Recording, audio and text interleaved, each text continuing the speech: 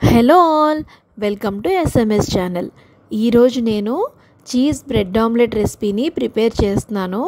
రొటీన్గా ఎప్పుడు ఒకే విధంగా కాకుండా ఈ చీజ్ ఆమ్లెట్లో కూడా హెల్దీ వెజ్జెస్ యాడ్ చేసి ఏ విధంగా చేయొచ్చో నేను ఇక్కడ చూపిస్తాను. మరి ఈ రెసిపీకి కావాల్సిన పదార్థాలు ఏంటో ఒకసారి చూసేద్దాం.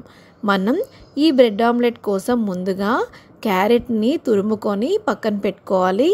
అలాగే ఉల్లిపాయలు, కరివేపాకు, కొత్తిమీర, చీజ్ని ఇలా నేను ఇక్కడ చూపిస్తున్న విధంగా చిన్న చిన్న ముక్కలుగా కట్ చేసుకొని పక్కన పెట్టుకోవాలి. దాంట్లో కొద్దిగా ఆరిగానో కూడా యాడ్ చేసుకోవాలి. అలాగే మనకి ఇక్కడ ఎన్ని ఎగ్స్ కావాలి అంటే పర్ పర్సన్కి 2 ఎగ్స్ లాగా తీసుకోవాలి. అలాగే పర్ పర్సన్కి 2 బ్రెడ్ స్లైసెస్ కూడా తీసుకోవాలి. ఇప్పుడు మనం తయారు చేసే విధానాన్ని కూడా చూద్దాం.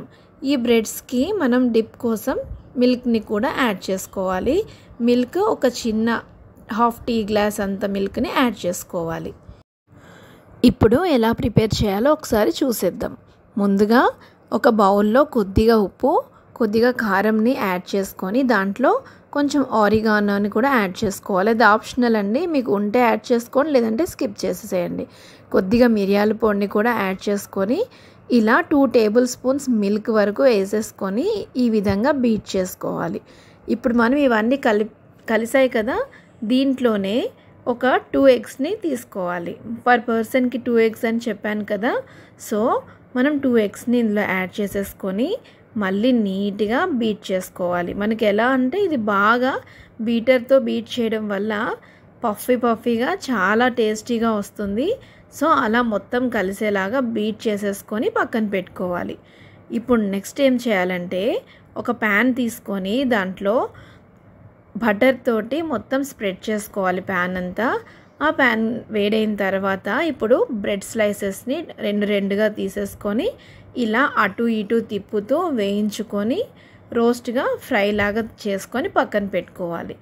ఎందుకంటే మనకి బ్రెడ్ కొంచెం మనకి బాగా రోస్ట్గా అయితే టేస్ట్ కూడా చాలా బాగుంటుంది. మరీ ఎక్కువగా రోస్ట్ అయిపోవద్దు. నేను ఇక్కడ చూపిస్తున్నట్టుగా ఒక బ్రౌన్ కలర్లోకి వచ్చేలాగా ఇలా ఇక్కడ ఈ విధంగా చూపిస్తున్నాను చూడండి, ఇలా వస్తే చాలు.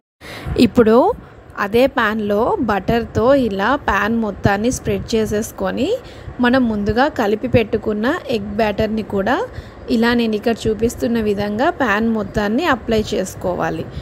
ఇప్పుడు చూడండి, ఇక్కడ ఇలా అప్లై చేసుకున్న తర్వాత మనం ఫ్రై చేసి పెట్టుకున్న బ్రెడ్ స్లైసెస్ ఉన్నాయి కదా, వాటిని ఇక్కడ ఈ విధంగా వేసుకోవాలి. మిగిలిన కొద్దిగా ఎగ్ బ్యాటర్ని ఇలా పైన వేసుకొని లో ఫ్లేమ్లోనే మొత్తాన్ని బాగా ఫ్రై చేసుకోవాలి. ఇప్పుడు దాంట్లో మనం ముందుగా కట్ చేసి పెట్టుకున్న ఉల్లిపాయ ముక్కలు, క్యారెట్ ముక్కలు, కరివేపాకు, కొత్తిమీరని కూడా వేసేసుకొని చక్కగా చూడడానికి కలర్ఫుల్గా కనిపిస్తుంది కదా, ఇలా అన్నీ వేసేసుకొని వేయించుకోవాలి. ఇక్కడ చూడండి, నేను అడుగున బాగా ఫ్రై అయింది. ఇప్పుడు దాన్ని ఇలా ఈ విధంగా టర్న్ చేసుకోవాలి. చూసారా, ఇలా ఈ విధంగా వస్తే చాలు. ఇలా వచ్చిన తర్వాత మనకి ఇంకో సైడ్ కూడా బాగా ఫ్రై అవ్వాలి. ఇప్పుడు చూడండి, ఈ విధంగా టర్న్ చేసేసుకొని మనం గ్రేట్ చేసుకొని పక్కన పెట్టుకున్న చీజ్ తురుముని కూడా వేసేసుకోవాలి. ఇప్పుడు చీజ్ వేయడం వల్ల ఆ ఫ్లేవర్కి చాలా బాగుంటుందండి. దాన్ని ఈ విధంగా ప్లేట్లోకి తీసుకొని పక్కన పెట్టుకోవాలి. ఇక్కడ నేను ఇంకోటి వేసి చూపిస్తున్నాను. సేమ్ అదే ప్రాసెస్లో అదే విధంగా ఇంకొక ఆమ్లెట్ని కూడా వేసాను చూడండి.